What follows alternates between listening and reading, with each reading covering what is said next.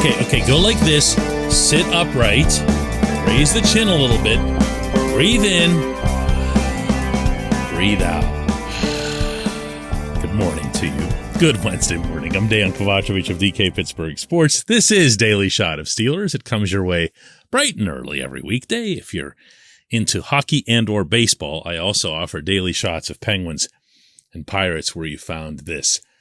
Mike Tomlin didn't exactly breathe a sigh of relief at the podium when he spoke with us yesterday on the South Side, but it might as well have been that. You could just sense that the man was relieved. He was making jokes. He actually came into the room even a few minutes before the press conference was supposed to start and took a couple of friendly jabs at certain people in the room who tend to be frequent targets, and it was fun. You could sense right away before he'd spoken a syllable in the actual press conference that everything with the football team was either going to be fine or that he was going to be nominated for an Academy Award for portraying a relieved coach who's about to lose two massive pieces of his football team.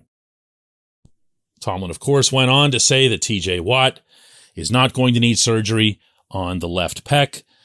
Later in the day, TJ went and had his additional opinions on the MRI that had been taken on Monday, and those showed the same thing to the doctors who examined it. They also prescribed that he does not have surgery. And at the risk of sounding like I'm trying to play a doctor myself, that probably means he's going to be somewhere in the 6-week range in terms of recovery toward playing football.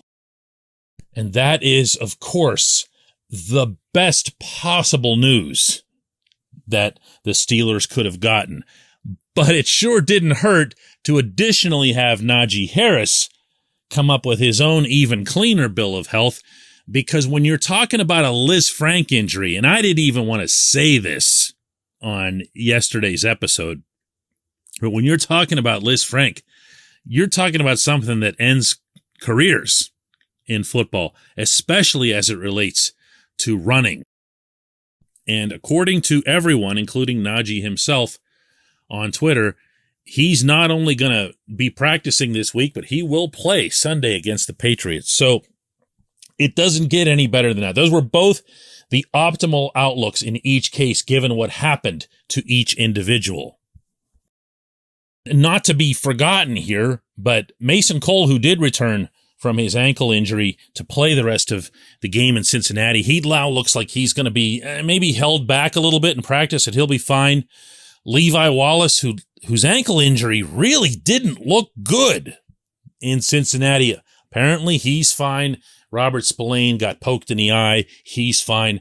So everything that you felt kind of lousy about after the big W in the opener, it's now okay to feel at least some relief while also, accepting that you're not going to have TJ.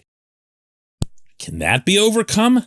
Honestly, I think so, but maybe not the way you're thinking. What can you expect at Point Park University in downtown Pittsburgh? Respect, rigor, relevance. That's the Point Park Pledge. You'll be treated with respect while being challenged and supported academically to graduate with career-ready, relevant skills. Visit pointpark.edu to learn more. Steelers signed a couple of practice squad dudes. One of them is an outside linebacker. Neither of them is going to get on the field. Another one's a tight end. I'd already forgot their names. Malik Reed is going to be your starting outside linebacker on the left side.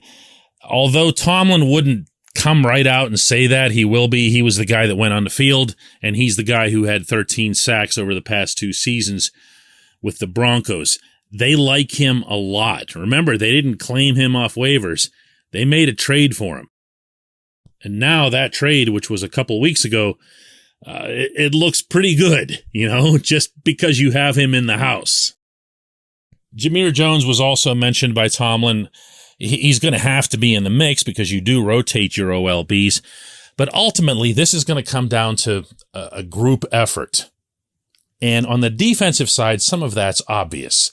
Alex Highsmith has to keep playing the way he did in the first 5 minutes in Cincinnati. The frontline guys need to continue stopping the run, which they did on all but really one carry for Joe Mixon. The secondary needs to continue ball hawking. Again, I'm giving you the obvious stuff, but what really, really needs to happen is on the other side of the football. You can't have your defense staying on the field for 100 unofficial snaps. And what I mean by that, unofficial, is that they were out there for 94 official snaps, but there also were 6 plays that got wiped out. And you can do whatever you want to the scorebook, but the players still exerted themselves for those 6 snaps. So it ended up being an even 100. And that's not going to cut it. This was Tomlin yesterday on that subject. You don't want to, but you better be prepared in case you have to. And that's why we have creeds that we live by, like physical conditioning precedes anything else. And that we'll be continually pouring into that component of readiness, because from time to time you got to do what they did. Now, Tomlin also went out of his way to, and it wasn't quite praise, but to at least credit the offense for what he felt he saw on film after the game. He acknowledged not feeling particularly good about the offense during the game, but that he felt a lot better about it after watching. And the reason that he gave for that, principally, is that there were no turnovers, which is obviously a really big deal in a game that you're leading by a count of 17-3. And that there were some decent individual flashes. He singled out Deontay Johnson's still mind-blowing catch along the left sideline. So much more is going to be needed, though. This offense has to find a way to throw the ball downfield. I asked Tomlin about that. Like, why didn't they throw the ball downfield? With downfield throwing comes the potential of negativity and turning the ball over. And environmentally, and the structure of how they function, we did what we thought was appropriate to win the game last week. It has no bearing on how we're going to function this week. Okay, that's kind of what I thought. I mean, they're telling Mitch Trubisky, we don't want you taking any chances. We don't want you throwing downfield. We don't want you throwing over the middle. And I get that. If you're just focused on, look, the offense is totally terrible, and we're just going to try to win this game with our defense, that's not a long-term concept that can be sustained. It just isn't. If you want to win without TJ, you're going to have to find a way to move the football and to hold on to it for more than just a couple minutes at a time. When we come back, J1Q.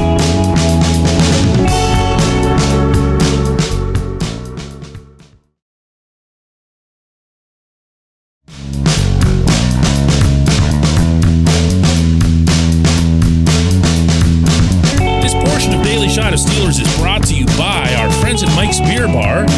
They're located directly across Federal Street from PNC Park. They are the one, the only, the premier destination in Pittsburgh for craft beer. More than 500 craft beers available, more than 350 of those local, and more than 80 of those on tap.